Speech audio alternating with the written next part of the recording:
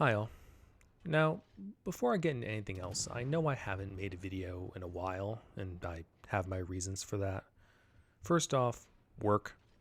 I straight up don't have as much free time these days as I used to. But secondly, and more importantly, it's the game. The Puerto Rico shit show really tainted the game, if not ruined it completely for a lot of people.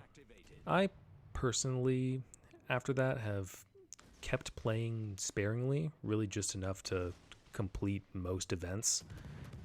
But I haven't spent a penny on Warships since that fiasco last Christmas. Aside from some charity stuff that Wargaming was doing, but I I think that's kind of different. But now we have some new developments.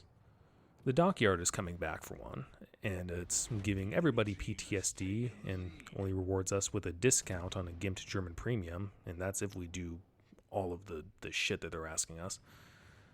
But then there's submarines. They're not coming, they're here, and they have the potential to really shake the game up.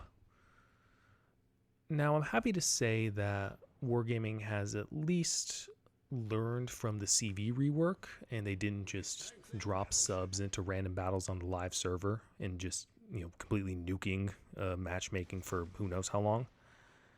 Subs are in their own game mode, and RNGesus decides when you get access to them. The bundles were not very kind to me. I only got subs on my second to last roll, but at least that gave me plenty of time to practice hunting and killing them. Destroyers and light cruisers are certainly dangerous to subs. You kind of have to slow down and park on top of them and just depth charge away in order to get a sub from full health to sunk, but it's certainly doable. However, if subs end up on the live server as is, destroyers will be in the shit.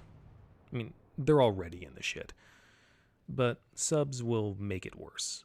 DDs will need to hunt subs, as well as cap, as well as spot for their team, as well as avoid detection, which is impossible when sub hunting since subs are constantly lighting them up. In the test game mode, this isn't too big of an issue since most of the other surface ships are bots. But on the live server, where destroyers are a priority target, they'll get wrecked. And I have no clue how Wargaming would fix this without reworking a ton of sub-mechanics. But then there's the matter of heavy cruisers, battleships, and carriers being completely useless against subs at the moment. True subs can get shot at when they're above the magical cutoff of 6 meters. That's a whole other thing. But since they can charge their batteries underwater, albeit slowly, they never really need to surface at any time. Reintroducing an oxygen meter could alleviate that issue, but bigger ships still need something to counter subs aside from just shooting at them. Wargaming has at least acknowledged that something is in the works there, but who knows what that could be. Maybe they'll get depth charges too, I don't know. But when I finally got my hands on submarines, I was honestly expecting them to be a lot easier to play than they were, which is kind of weird. But while playing subs, the type of ship that I was actually the most effective against was other subs. My issues just boiled down to being shitty with the ping, not really having a feel for the lead, and just, having my sub pointing in all different directions and torps going all over the place. Just, there were control issues there. And it makes sense considering that subs are operating in 3 dimensions, while every other ship is on a 2D plane. Even CVs have 2D gameplay. You can't just adjust the altitude of your squadrons at will whenever you want.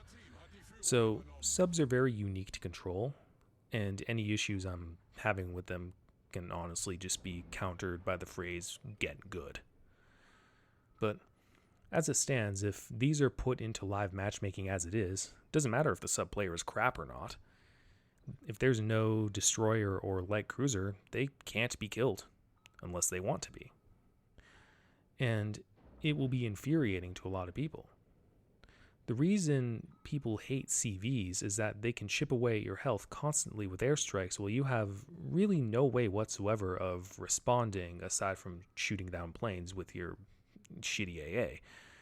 Subs would be the same thing, invisibly spamming torps with only certain ship types able to reply, and those ship types also happen to be priority for the enemy team to kill.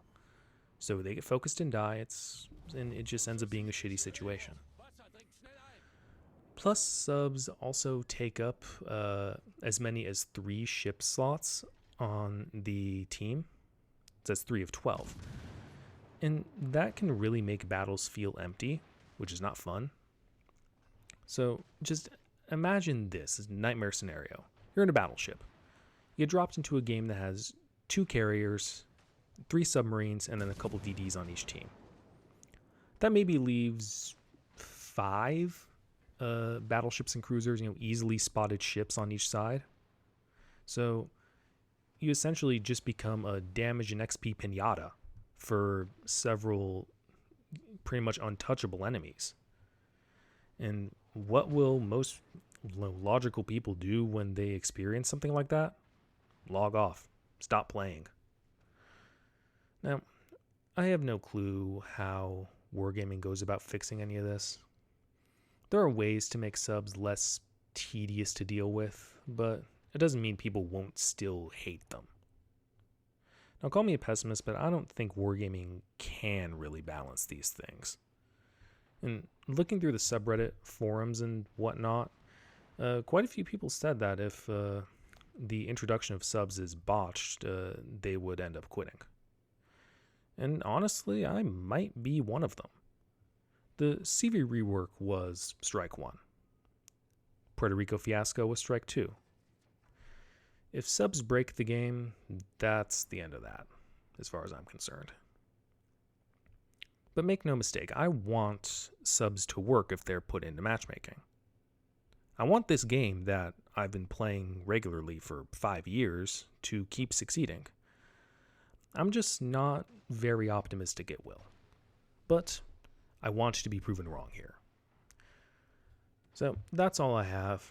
I promise I'll upload more stuff soon, even if it's not necessarily games. So stay safe. It's a crazy world out there nowadays, and I'll talk again whenever.